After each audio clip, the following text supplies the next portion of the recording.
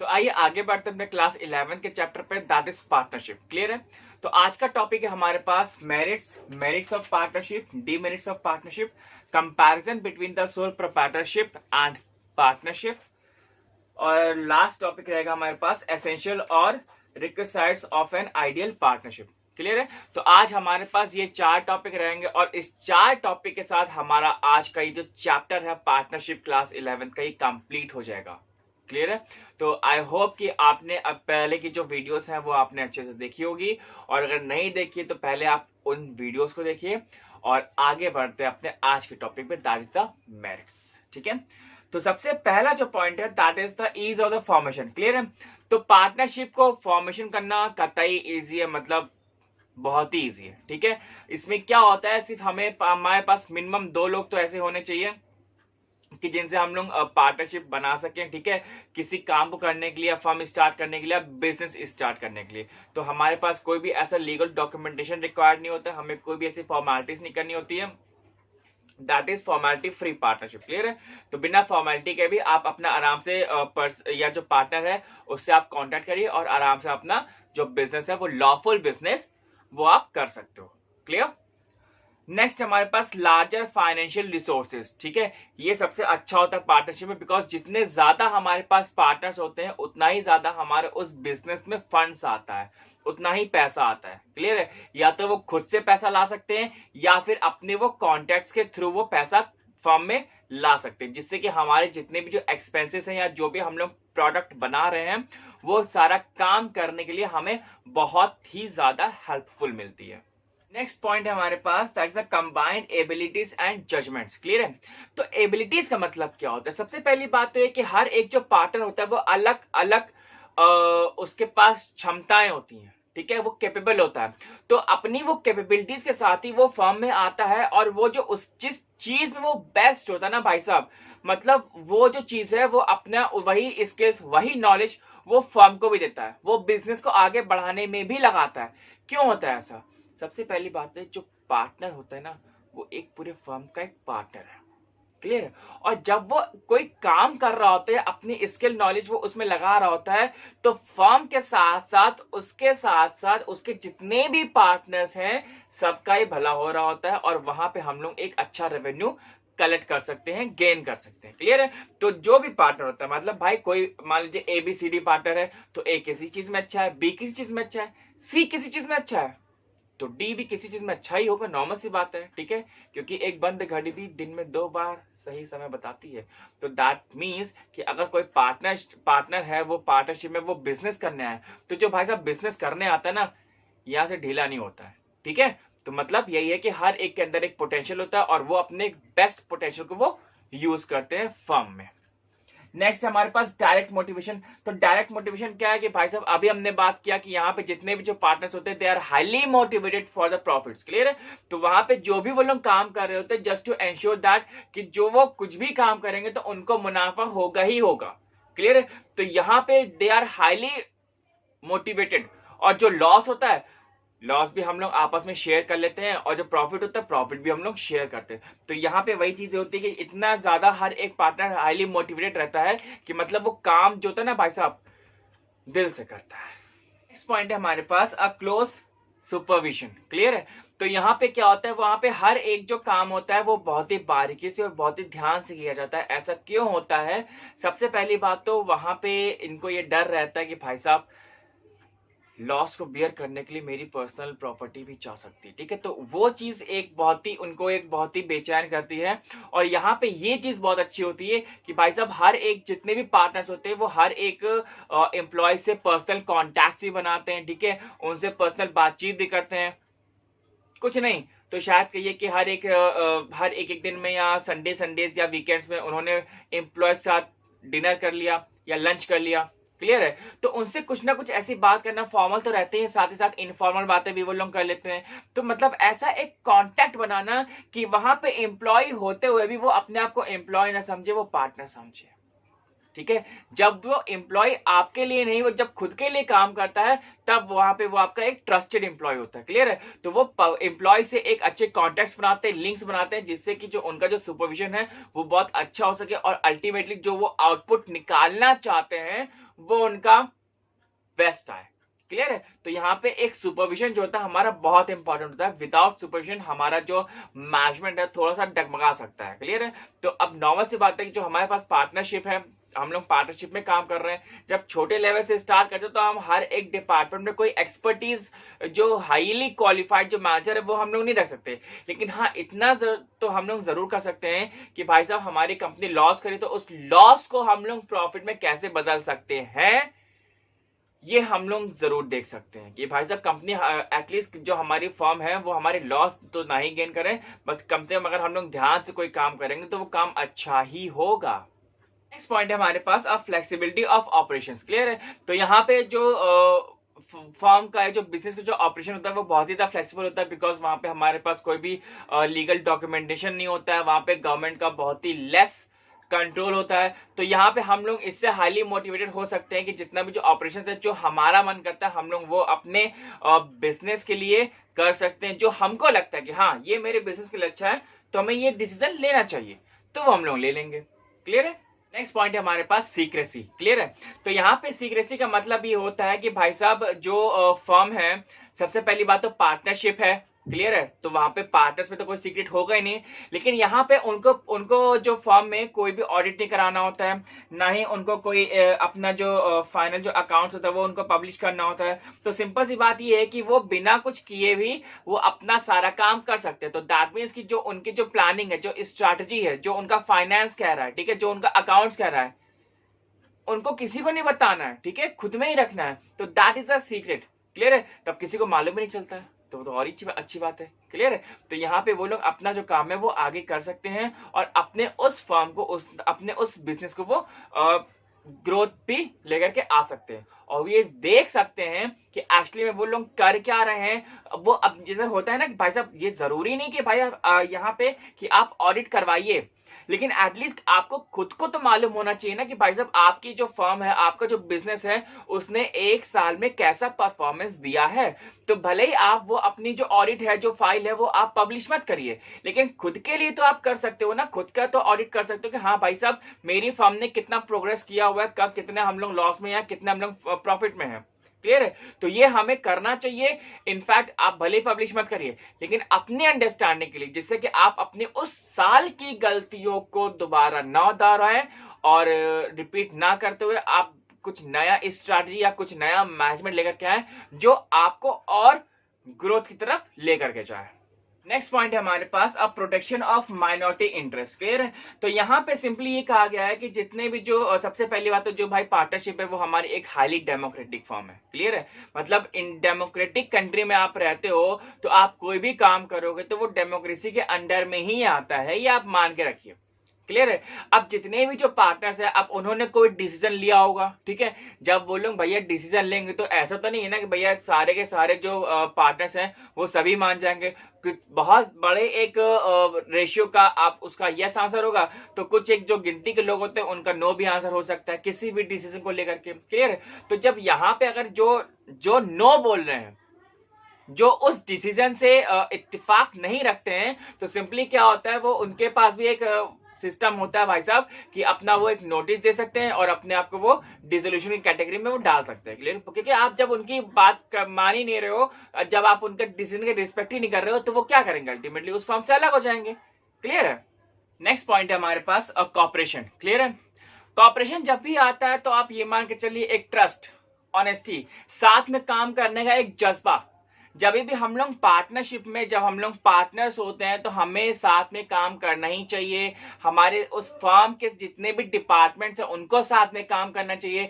In fact partners के बीच में भी एक कॉपरेशन होना चाहिए, एक ट्रस्ट होना चाहिए कि तब जब तक कि भाई साहब पार्टनर्स के बीच में ट्रस्ट होगा ही नहीं, गाड़ी कैसे आगे बढ़ेगी। क्लियर है? तो हमें ट्रस्ट करना चाहिए और मतलब ये भी देखना चाहिए कि हमारे अंदर हमारे जो पार्टनर्स हैं उनके ऊपर कोई ऐसा मतलब लूपहोल ना हो कि मतलब एक कोई डिसऑनेस्टी का एक कुछ मतलब प्रॉब्लम हो सके। ठीक है? या मतलब ऐसा नहीं होना चाहिए कि मतलब ये नहीं कि भाई साहब वो शक की नजर से देखे या आप कुछ उसको बता नहीं रहे हो या ऐसा कुछ। ठीक है? तो वो चीजें नहीं होनी चाहिए। मतलब एक कॉपरेशन के साथ हमें काम करना चाहिए और हमें ट्रस्ट तो जरूर होना चाहिए एक दूसरे के ऊपर, बिकॉज जो भी पार्टनर काम करेगा ना वो आपके और उस फर्म के बेनिफिट के लिए ही काम करेगा। ठीक है? नेक्स्ट पॉइंट हमारे पास स्कोप फॉर एक्सपेंशन, क्लियर है। तो स्कोप फॉर एक्सपेंशन क्या है भाई साहब की एक्सपैंड करना, अपने उस फर्म को एक्सपांड करना, उस बिजनेस को एक्सपांड करना, क्लियर है। तो जब भी हम लोग जब एक्सपांड कर रहे हैं तो नॉर्मल सी बात है कि वो सारा ही डिपार्टमेंट उस फर्म का, उस बिजनेस का बहुत अच्छी तरीके से वो काम कर रहा है, और ये हमारे पास एक बहुत ही अच्छी अपॉर्चुनिटी होती है कि हम अपने बिजनेस को एक्सपांड करें, एक शहर में दूसरे शहर में लेकर के आए, दूसरे स्टेट में लेकर के आए, दूसरी कंट्री में लेकर के जाए, क्लियर है।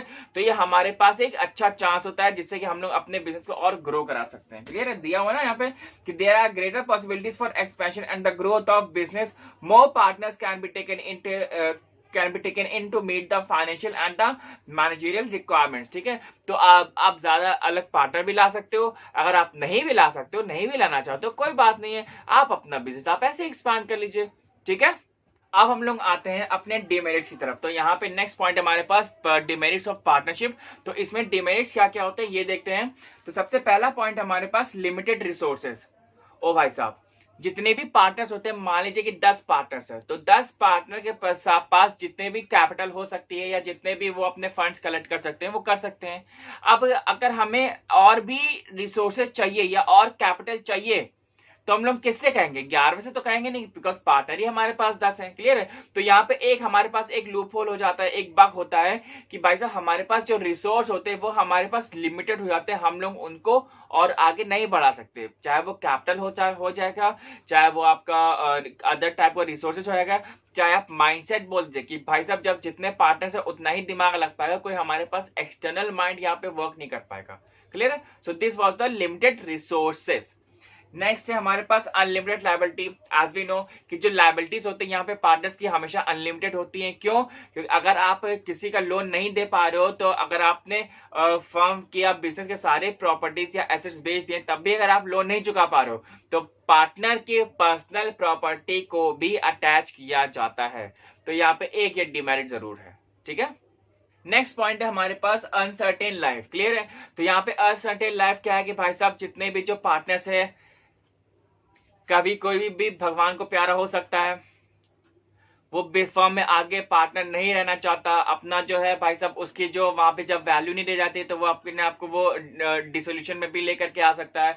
तो कुल मिला के यही है कि अगर वो आप इस बिजनेस को या इस फर्म को आगे नहीं चलाना चाहते हो तो कुछ भी हो सकता है, क्लियर है। तो अगर एक ने छोड़ दिया तो दूसरा भी उसको उसके पीछे पीछे छोड़ सकता है, ठीक है। तो या कुछ भी एक्सवाइजेड, मान लीजिए कि पार्टनर की डेथ हो गई तो अब वो उसको आगे कौन लेकर के जाएगा। तो यहाँ पे इस जो फर्म होता है, जो पार्टनरशिप होती है, इसमें बहुत अनसर्टेनिटी होती है, ठीक है। आगे पता नहीं शायद क्योंकि जितने भी जो आगे वो जो पार्टनर्स हैं वो शायद उसको आगे उतना लेकर के जा पाए कि ना लेकर के जा पाए, क्लियर है। नेक्स्ट पॉइंट हमारे पास कॉन्फ्लिक्ट्स, क्लियर है। तो जब जितने पार्टनर्स होते हैं तो अलग अलग दिमाग भी होता है, जब अलग अलग दिमाग होता है तब अलग अलग ओपिनियंस भी होते हैं, और जब अलग अलग ओपिनियंस आते हैं तब पार्टनर्स में अक्सर कॉन्फ्लिक्ट जरूर पैदा हो जाता है कि नहीं मेरी बात मानी जाएगी, तुम्हारी बात नहीं मानी जाएगी, मेरी बात मानी जाएगी और तुम्हारी बात नहीं मानी जाएगी, क्लियर है। तो ये चीजें अक्सर हो जाती है। तो ये जो कॉन्फ्लिक्ट होता है ये पार्टनर के बीच में एक डिस्ट्रस्ट और ये एक अनलॉयल्टी लेकर के आ सकता है, और यहाँ पे बहुत फिर परेशानी एक को नहीं होती, फिर उस पूरी फर्म को झेलनी पड़ती, जितने भी पार्टनर्स होते हैं उनको भी ये चीजें झेलनी पड़ती हैं। नेक्स्ट पॉइंट है हमारे पास risk of implied authority, clear है। तो यहाँ पे हमारे पास कोई भी जो एक पार्टनर जब काम करता है तो वो खुद के लिए नहीं, वो एक फर्म को रिप्रेजेंट कर रहा है, वो फर्म के बिहाफ में वो काम कर रहा है। अब मान लीजिए कि वो जो पार्टनर है वो एक डिसऑनेस्ट पर्सन है, धोखे वाला है, उसके ऊपर ट्रस्ट नहीं कर सकते। तो लेकिन अगर उसने जब वो काम कर दिया है तो उसके काम करने के बाद बाकी जितने जो पार्टनर्स होते हैं उनको लॉस हो सकता है। सो ये एक बहुत ही बड़ी प्रॉब्लम होती है कि मतलब कि जितने भी जो पार्टनर्स होने चाहिए हमारे पास एक बहुत ही अच्छे, सुंदर, सुशील, प्रतिष्ठा के साथ होने चाहिए, और मतलब ऐसा होना चाहिए जिसके ऊपर हम विश्वास कर सके कि हाँ भाई साहब ये बंदा अच्छा है, ये हमें धोखा नहीं देगा, ठीक है। लेकिन यहाँ पे जब हम लोग डिमेरिट्स की बात कर रहे हैं तो ऐसे कोई ना कोई एक पार्टनर जरूर होता है जो हमें धोखा दे सकता है। नेक्स्ट पॉइंट है हमारे पास restriction on the transfer of interest, clear है। तो यहाँ पे जितने भी जो पार्टनर्स होते हैं वो कभी भी किसी थर्ड पार्टी को यहाँ पे इन्वॉल्व नहीं कर सकते अपने ही शेयर को लेकर के, क्लियर है। ऐसा नहीं भाई साहब कि जो मैं हूं और मेरे साथ कोई एक मेरा फ्रेंड है, या मान लो कि कोई भी एक एक्सवाइजेड पर्सन है और मैं चाहता हूं कि जो मेरा जो शेयर है उसमें उसका भी इन्वॉल्वमेंट रहे। आप बिल्कुल भी नहीं कर सकते अनटिल एंड अनलेस जब सारे पार्टनर्स की रजामंदी ना हो। क्लियर है? जब सारे पार्टनर्स राजी हो जाएंगे, जब सारे पार्टनर्स ओके कह देंगे, तब आप वहां पे कर सकते हो। But without the concert of each and every partner आप वो नहीं कर सकते। आप किसी भी थर्ड पार्टी को अपना जो इंटरेस्ट है या जो अपना शेयर है वो ट्रांसफर नहीं कर सकते। नेक्स्ट पॉइंट है हमारे पास रिड्यूस पब्लिक कॉन्फिडेंस। क्लियर है? तो यहाँ पे जो कॉन्फिडेंस है ये आप नहीं कर सकते। क्यों? सबसे पहली बात तो ये कि आपके पास जो गवर्नमेंट का जो रेगुलेशंस वगैरह या जो रूल्स वगैरह होते हैं वो उस पर इम्प्लीमेंट नहीं होते हैं। आप फॉर्मल रहते नहीं हो, कोई भी आपका रजिस्ट्रेशन होता नहीं है। क्लियर है? तो यहाँ पे एक प्रॉब्लम यहाँ पे ये आ जाती है कि भाई साहब जो एक लीगल फॉर्मेलिटीज भी नहीं है आपके, ठीक है, और ना ही आप अपना अकाउंट कुछ पब्लिक कर रहे हो, ना ही उन लोगों को आपके बारे में कुछ मालूम है। जब आपके बारे में सामने वाले को या जो नॉर्मल पब्लिक है उसको कुछ मालूम ही नहीं होगा तो वो आपके अंदर एक ट्रस्ट कैसे जनरेट कर सकते, मतलब खुद के अंदर वो ट्रस्ट कैसे जनरेट कर सकते, उनको आपके ऊपर कैसे कॉन्फिडेंस हो सकता है। तो ये एक थोड़ी सी प्रॉब्लम है कि जब आप नहीं कुछ अगर शो कर रहे हो, नहीं ऑडिट कर रहे हो, तो नॉर्मल सी बात है यार, मैं खुद भी नहीं करूंगा और ना आप खुद भी करोगे। नेक्स्ट पॉइंट है हमारे पास लैक ऑफ सीक्रेसी। ठीक है, जो सीक्रेसी है हमारे पास, सबसे पहली बात तो सीक्रेसी रहती ही नहीं है, बिकॉज कोई भी जो सीक्रेट होता है वो हर एक पार्टनर को पता होना बहुत जरूरी है। और जब सभी पार्टनर को मालूम होगा तो सीक्रेट किस बात का। ठीक है, तो यहाँ पे आप कोई भी जो चीज है या कोई भी जो इंफॉर्मेशन है वो किसी भी पार्टनर से छुपा करके नहीं रख सकते। अब आते हैं अपने डिफरेंस पे। दिया हुआ है कि general partnership and the LLP limited liability partnership, screen पे चल रहा है। पहला पॉइंट हमारे पास, the firm does not have a separate legal entity. The firm has a separate legal entity, it may not be registered. General partnership हम लोग चाहे रजिस्टर करवाइए और चाहे ना करवाइए। क्लियर है? It must be registered. LLP जो है ये आपका मस्ट है रजिस्टर होना। नेक्स्ट है liability of every partner is usually unlimited and the liability of every partner is limited. भाई साहब LLP नाम ही है तो लिमिटेड ही होगी। क्लियर है? There is restriction on the maximum number of partners, there is no restriction on the maximum number of partners. The firm is dissolved on the leniency, insolvency and the death of the partner, and the firm is not dissolved on the leniency, insolvency and the death of the partner. So this was all about the difference between the general partnership and the LLP. Clear है? तो अब हम लोग आगे बढ़ते हैं comparison between the sole proprietorship and partnership. ठीक है, कंपैरिजन देखते हैं क्या कि नंबर ऑफ पार्टनर्स में देख लेते हैं क्या होता है कि जो सोल प्रोप्राइटर है हमें मालूम है कि भाई साहब उसमें जो मालिकाना हक होता है सिर्फ एक का ही होता है, जो मैनेजमेंट होता है वो भी सिर्फ एक के ही हाथ में होता है। लेकिन अगर यहाँ पे पार्टनरशिप की बात की जाए तो पार्टनरशिप में यहाँ पे नंबर फिक्स है। ठीक है, 10 in the banking and 20 in the other business. लिखा हुआ है ना आपकी बुक में कि up to 10 in the banking and the 20 in the other cases at least 2 persons are required to form a partnership. Clear? Next, agreement. No agreement is required in the sole proprietorship, and on the other hand, there must be an express or implied agreement among partners in order to constitute a partnership. Clear है? तो कम से कम हम लोग partners हैं, इस चीज का agreement तो होना ही चाहिए। अगर आप फर्म का नहीं कर रहे हो लेकिन इस चीज का तो होना चाहिए कि हाँ भैया सामने वाला मेरा पार्टनर है। ठीक, नेक्स्ट है registration. A sole proprietorship need not to register except under the Shops and the Establishment Act. A partnership firm should be registered, otherwise it will not be able to enforce its right in the court of the law. ये हम लोग पहले discuss कर चुके हैं कि आप partnership जो है चाहे उसको रजिस्टर कर भी सकते हैं और नहीं भी कर सकते हैं, लेकिन अगर आप नहीं करेंगे रजिस्टर तो आप कोर्ट में कभी भी किसी भी सूट में अपील नहीं कर सकते। ध्यान रखिएगा, जब कोई फर्म, जब कोई बिजनेस आपका ऑन पेपर है ही नहीं तो हम लोग किसके ऊपर एक्शन लेंगे भैया? किसी के ऊपर नहीं ले पाएंगे। ठीक है, नेक्स्ट है capital. The entire capital of the sole proprietorship by his own. तो सोल प्रोप्राइटर का अलग सिर्फ अपने ऊपर ही होता है और वो खुद चाहे वो कितना कर सकता है। लेकिन पार्टनरशिप में क्या होता है, जितने भी पार्टनर्स होते हैं वो अपने अपनी क्षमता के अकॉर्डिंगली वो जो कैपिटल होती है वो उस फॉर्म में, उस बिजनेस में वो कंट्रीब्यूट करते हैं। ठीक है, तो वहां पे जो एक पूल ऑफ जो फाइनेंस होता है, जो कैपिटल होता है, वो एक जनरेट हो जाता है पार्टनरशिप में। नेक्स्ट आते हैं हम लोग मैनेजमेंट। तो मैनेजमेंट क्या होता है भाई साहब? सोल प्रोप्राइटरशिप में तो सारा कुछ एक के हाथ में होता है, तो मैनेजमेंट भी आपके मालिक के ही हाथ में होगा, जो ओनर है आपका। क्लियर है?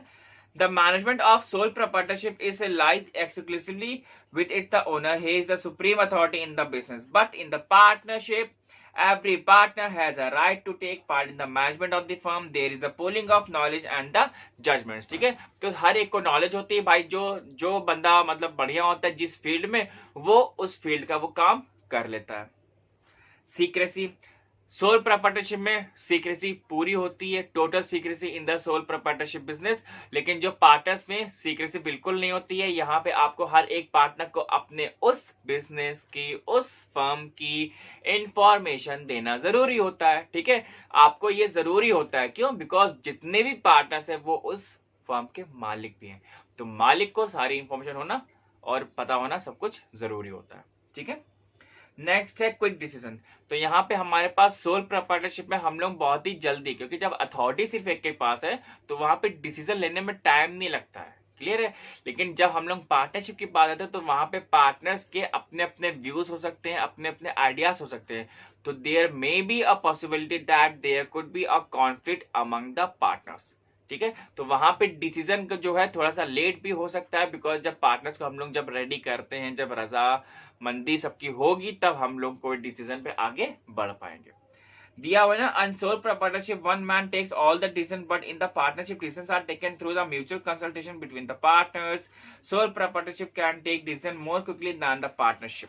क्लियर है, as I just told you. Governing law क्या है भैया, कि there is no specific law which governs the sole proprietorship. कोई भी गवर्न नहीं कर सकता, लेकिन partnership is govern under the partnership act 1932। ठीक है, तो वहां पे हमारे पास एक एक्ट होता है 1932, जिससे आपकी जो पार्टनरशिप की जो डीड्स है वो हम लोग देख सकते हैं और उसको कैलकुलेट भी कर सकते हैं। तो वो आपकी एक गवर्निंग बॉडी होती है, वो मॉनिटर कर रहा है आपको।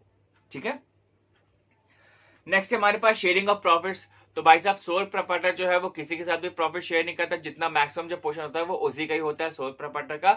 लेकिन जब यहाँ पे पार्टनरशिप की बात आती है तो प्रॉफिट्स हम लोग इक्वली यहाँ पे शेयर करते हैं और पार्टनरशिप में लॉस भी शेयर करते हैं इक्वली।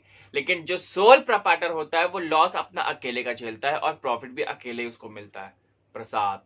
ठीक है, लेकिन जब यहाँ पे हम लोग प्रॉफिट की बात करते हैं तो प्रॉफिट जो होता है पार्टनर्स में जितने पार्टनरशिप में होता है वो सभी लोग इक्वली शेयर करते हैं और लॉस भी इक्वली शेयर करते हैं। ठीक है, पॉइंट हमारे पास फ्लेक्सिबिलिटी ऑफ ऑपरेशंस। क्लियर है, तो यहाँ पे सिंपली क्या होता है, जो फ्लेक्सिबल होता है वो कौन होता है भाई साहब, वो सोल प्रोप्राइटरशिप होता है। अकेला इंसान कभी भी कोई भी डिसीजन ले लेगा अपने बिजनेस के फायदे के लिए। क्लियर है, लेकिन यहाँ पे पार्टनरशिप में ऐसा नहीं होता है। Proprietorship is a one-man show, whereas partnership is carried by the two or the more person. Therefore, there is a great flexibility of the operations in sole proprietorship. ठीक है, नेक्स्ट पॉइंट है हमारे पास म्यूचुअल एजेंसी इन पार्टनरशिप।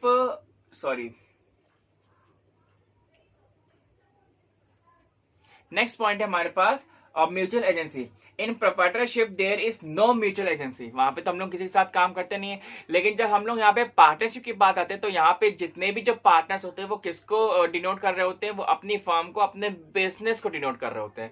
तो जो भी partner होता है अगर कोई भी वो काम करता है तो वो अपने बिजनेस के नेम के बिहाफ में वो काम करता है, वो खुद के लिए काम नहीं करेगा, वो फर्म के लिए काम करेगा। ठीक है,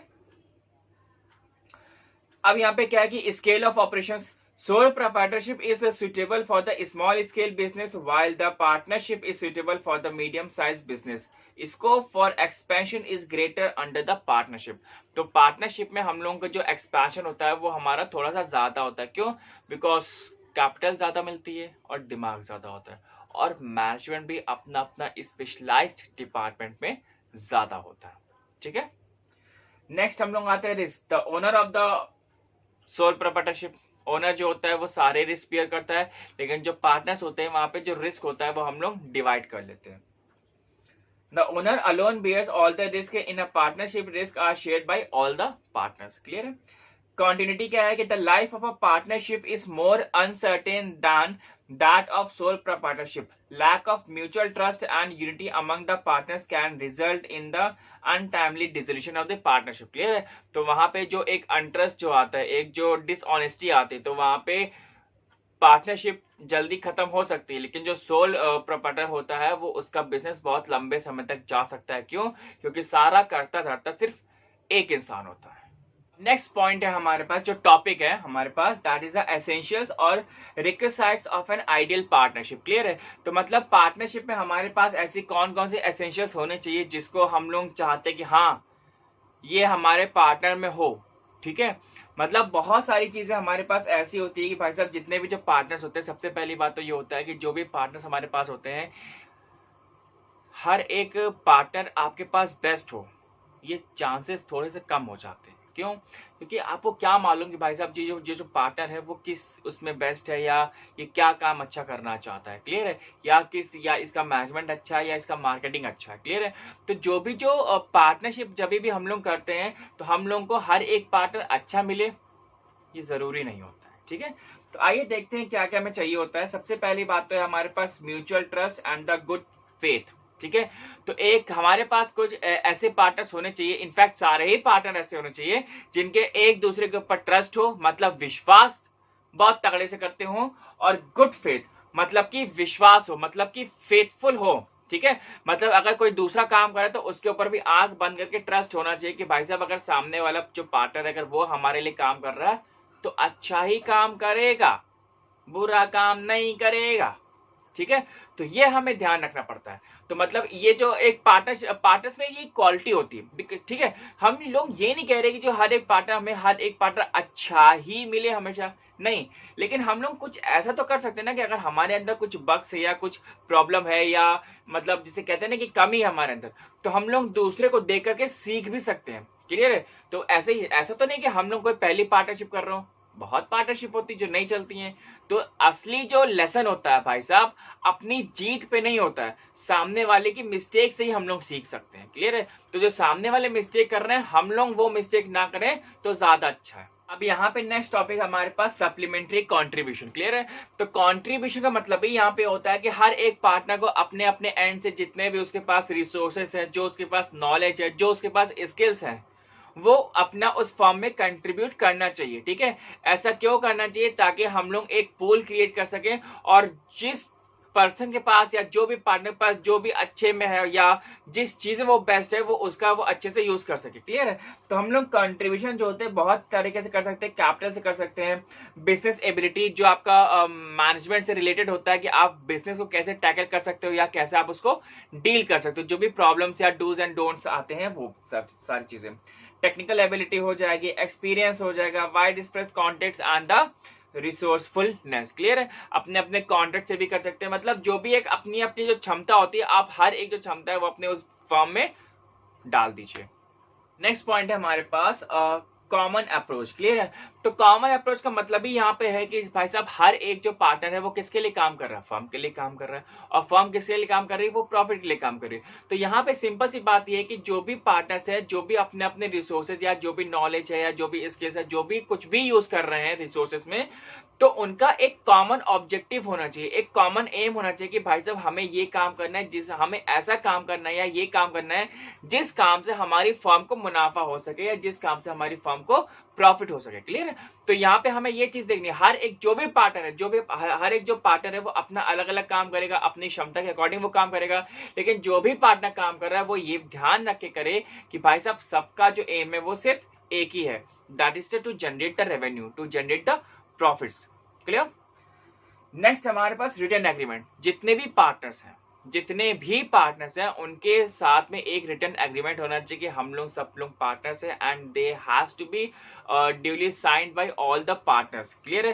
ताकि किसी के दिमाग में कोई मिसअंडरस्टैंडिंग या कुछ एक कॉन्फ्लिक्ट पैदा ना हो जाए कि नहीं भैया ये तो ऐसा हो गया तो वैसा हो गया।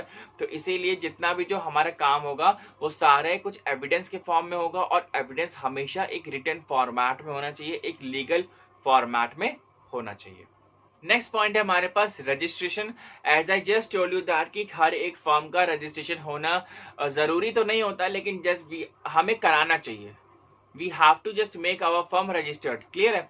ऐसा क्यों होता है? बिकॉज आप किसी भी पार्टनर के या किसी भी फर्म जिसमें आप काम कर रहे हो आप उसके अगेंस्ट कोर्ट में केस दायर नहीं कर सकते जब तक कि वो फर्म रजिस्टर नहीं है। तो ये ध्यान रखिएगा, जो भी जो फर्म है जो उसको रजिस्टर होना चाहिए, जिससे कि अगर आप कभी भी कुछ मिसअंडरस्टैंडिंग होती है या कोई भी प्रॉब्लम होती है तो आप उसको केस फाइल कर सकें।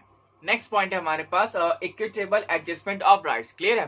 तो यहाँ पे इसका मतलब ये है कि जो राइट्स हैं भाई साहब, कोई भी जो पार्टनर है नॉर्मल सी बात है अपना उस प्रॉफिट का अपना जो मैनेजमेंट है, जो मैनेजमेंट जो एक्टिविटी है, जो भी एक्शंस वगैरह हो रहे हैं उसका उसमें राइट है, नो डाउट, ठीक है।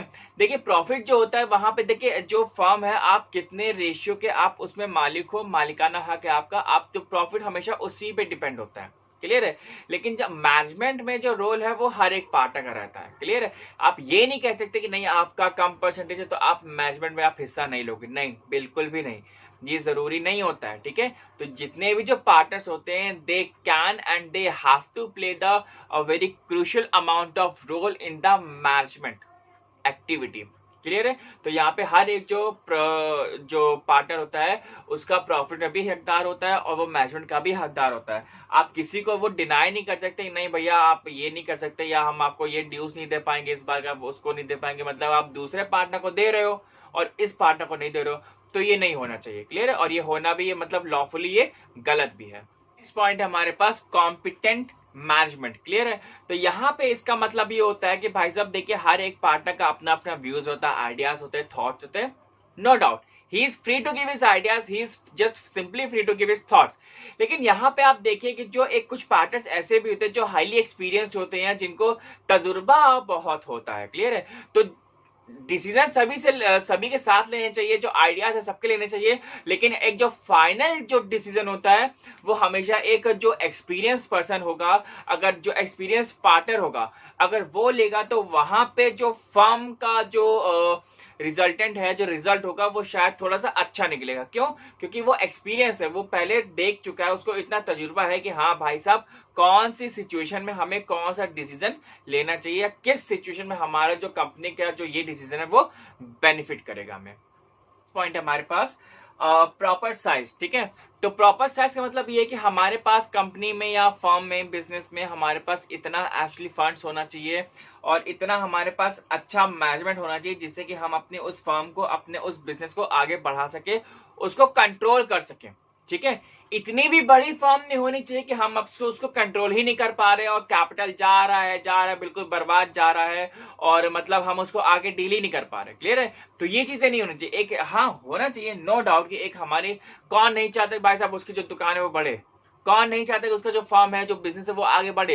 लेकिन कम से कम अगर आप बढ़ा रहे हो तो आपके अंदर इतना पोटेंशियल होना चाहिए कि आप अपने उस बड़े बिजनेस को आप कंट्रोल कर सको, ठीक है।